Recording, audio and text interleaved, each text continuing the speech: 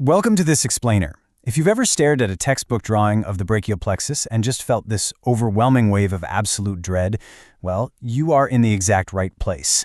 Today, we're going to completely ditch rote memorization. Instead, we're going to build a vibrant, moving narrative in your mind that you will literally never forget. Here is our game plan. We'll start with the visual word method, map out the roots and trunks, untangle the divisions and chords, arrive at the 5 terminal nerves, and then lock the whole thing in with a master mnemonic. All right, part 1, the visual word method, demystifying the diagram. You know, our brains just aren't wired to naturally remember a messy web of overlapping lines on a flat piece of paper. But you know what they are incredibly well wired for? Absurd, vivid, action-packed stories.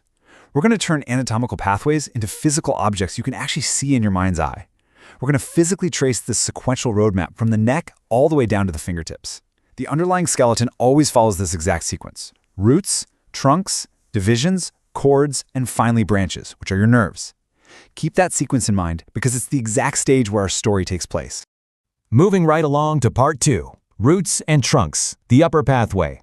Let's start at the very origin point of this nerve network, right up at the neck. I want you to visualize a literal hand emerging straight out of the neck. I know, a little weird, but stick with me. Its 5 fingers represent the 5 roots: C5, C6, C7, C8, and T1. Imagine physically writing those exact labels, C5 through T1, across your own 5 fingers. So whenever a hand pops up in the story, boom, you instantly think of those 5 roots. Now, imagine that hand magically transforming into a massive tree. And this tree features exactly 3 distinct, sturdy trunks: an upper, a middle, and a lower. We've moved from 5 fingers to 3 giant pieces of wood, right in the shoulder area. So how exactly do those roots feed into the trunks? Just remember this one simple phrase: 6 goes up, 7 stays middle, 8 goes down. It's that easy. C5 and C6 combine up top, so 6 goes up. C7 just powers straight through on its own, so 7 stays middle. And C8 and T1 combine at the bottom, meaning 8 goes down.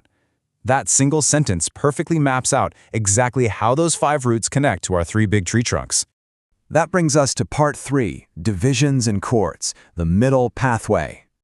As we move further down the arm, things are going to get a little bit wild. We have our tree with its 3 trunks, right? Well, picture a massive, sharp pair of scissors coming out of nowhere and violently slicing each of those 3 trunks straight down the middle.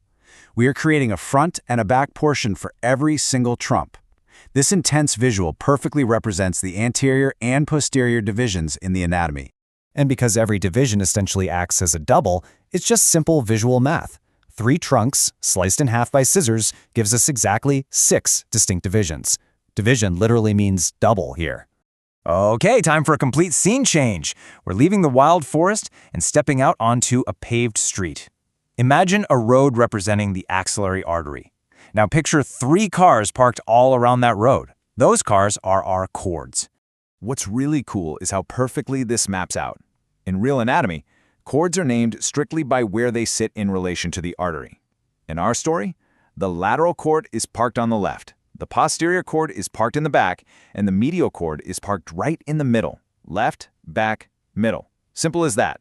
Let's quickly connect those parked cars to the actual nerves they drive, starting with the lateral chord.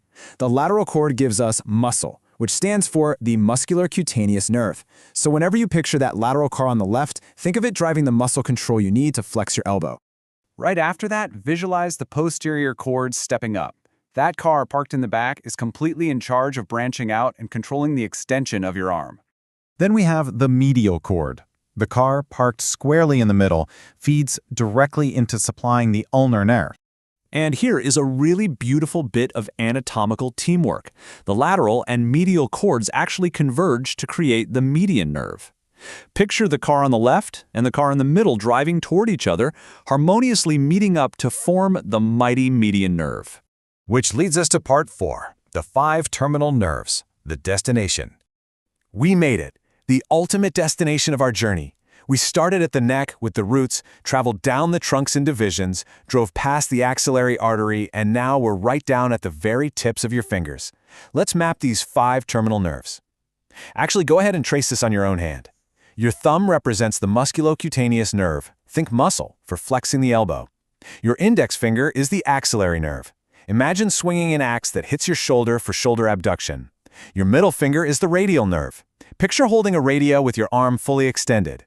The ring finger is the median nerve. Imagine the middle of your hand controlling your thumb to oppose it. And finally, your little finger is the ulnar nerve managing all those ultra-fine, delicate movements. 5 fingers, 5 major nerves, 5 unforgettable visuals. And finally, part 5, the master mnemonic. All right, it is time to zoom out. We're going to take all these crazy, vivid images and fuse them into one undeniable master picture. Before we reveal the grand finale, ask yourself, are you ready to permanently lock this entire terrifying web into your brain? Because if you're studying for an exam, this is your ultimate cheat code. Here is your super visual master mnemonic that seamlessly stacks it all together. It all starts when 5C5 to T1 roots grow into a giant hand. That hand magically morphs into a giant tree with 3 big trunks. Suddenly, those 3 trunks are violently cut by scissors, doubling into 6 divisions. The scene shifts to an artery road, where 3 cars, or cords, park around it. And finally, those paths lead straight down into the 5 terminal nerves in your hand. Roots, trunks, divisions, cords, branches. That's the entire brachial plexus skeleton, memorized perfectly in order. Think about it. If a tree can grow into a hand, be sliced up by giant scissors, and suddenly be surrounded by parked cars, what other impossible concepts can you conquer with your imagination? Once you stop trying to brute force memorize textbook lines, learning actually becomes a massive creative advantage. Thanks so much for joining me for this explainer. And hey, keep visualizing.